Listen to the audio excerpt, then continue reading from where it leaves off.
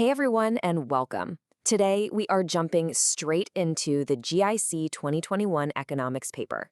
We're going to break down the first 10 questions, so let's get right to it. All right, so are you ready to dive in? I'd say grab a notebook, because we're not just finding answers here. We're going to really dig into the why behind each one. Let's do this together. Okay, first up, we're diving into microeconomics. The first three questions are all about some really fundamental ideas. Think consumer surplus and elasticity. All right, let's kick things off with question one. We've got a graph here, and our job is to figure out which part of it shows the consumer surplus. Pretty classic stuff. Now, before we just point to the answer, let's make sure we really get the concept. Because honestly, once you see how it works, it's actually super simple and intuitive. So what in the world is consumer surplus? Well, think about it this way. It's that awesome feeling of getting a good deal. It's the gap between what you were willing to pay for something and what you actually paid. Let's say you were ready to drop 1,000 rupees on a shirt, but you snagged it on sale for 700. That 300 rupees you saved, that's your consumer surplus. It's like a bonus win for you, the consumer. Okay, let's bring that idea back to our graph. The whole area under the demand curve, that's ODAN, represents the total value you placed on that product, what you were willing to pay. Now the rectangle OPAN, that's the price you actually paid. So to find your bonus win or surplus, you just subtract what you paid from what you were willing to pay. So ODAN minus OPAN, leaving us with that little triangle at the top, PDA. And there's our answer, option D. All right, moving on to question number 2.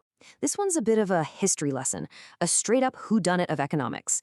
We need to name the economist who gave us the scientific explanation of cross-elasticity of demand. But before we name names, what even is cross-elasticity of demand? It's basically a way to measure how two products affect each other. Think about tea and coffee. If the price of coffee suddenly shoots up, what are people going to do? Right, a lot of them might start buying more tea instead. That ripple effect, a price change in one product affecting the sales of another, that's what cross-elasticity is all about. And the person who really nailed down the science behind this concept was Robert Triffin. He laid it all out in his value theory. So, option C is our answer. Definitely a name to file away for future reference. Okay, question 3 takes us into the world of statistics. It's asking which of these measures gets thrown off the most by extreme observations. You know, those really high or really low numbers in a set of data, the outliers. The answer here is actually pretty logical when you think about it. What's the formula for range? It's just the highest value minus the lowest value. That's it. It only looks at the two extremes. So if one of those extremes is way out there, the range is going to be huge. Other things like standard deviation look at all the numbers, so they're more balanced. That's why range is the most sensitive, making A the correct answer. All right, let's switch gears. Our next set of questions is all about policy, schemes, and plans. We're getting into the nitty-gritty of the Indian economy, government actions, and all that good stuff.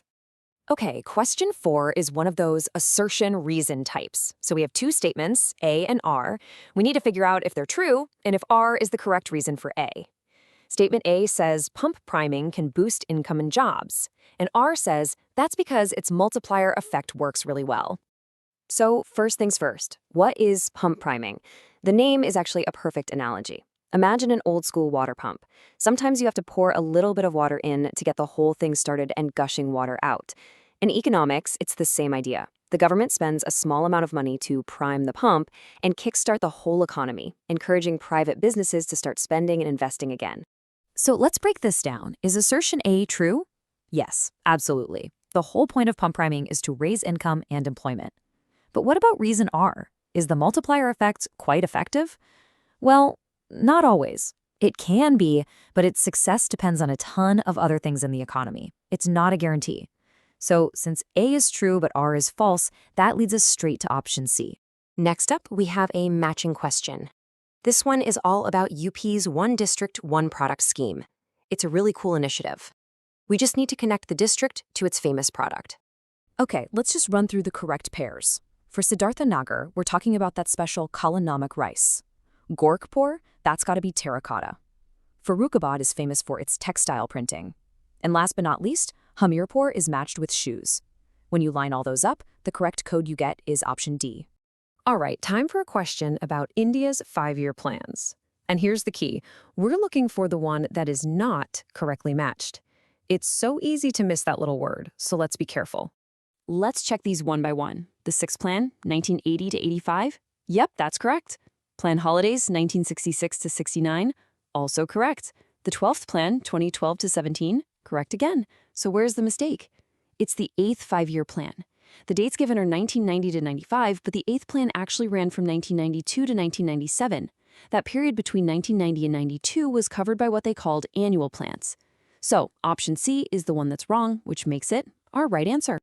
Okay, new section. Now we're getting into public finance. This is where we talk about the government's money, deficits, debt, and some of the key committees that have shaped policy. Here we have a pretty direct question about a famous committee. What was the Rangarajan Committee of 1993 all about? You see these committee questions pop up all the time on exams, so this is definitely good to know. The main answer here is D, the balance of payment. Now, it's worth remembering that the Rangarajan Committee did a bunch of things, like looking into banking computerization and disinvestment, but its big focus back in 1993 was specifically the balance of payment. Question number 8 asks us how public debt can be classified. We've got a list here, and we need to pick out all the valid ways to categorize it. So let's think about the different ways economists talk about public debt.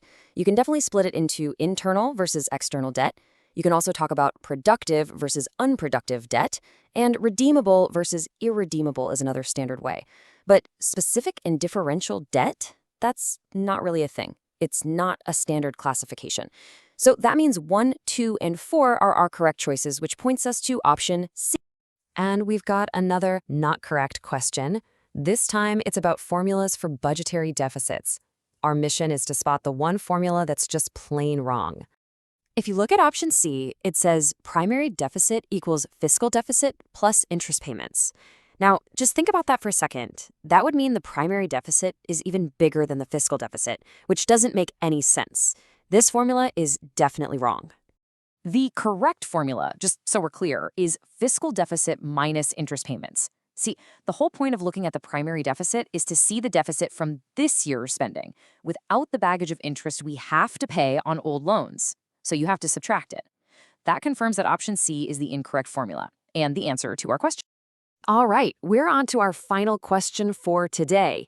This is a big one, a real test of our knowledge of India's economic timeline. We've got to put some major events in the right order. So here are the events we need to sequence: the 12th five-year plan, the Niti Aayog, the new economic policy, and the Planning Commission. Let's see if we can get them in the right order from oldest to newest. Okay, let's build this timeline. Where do we start?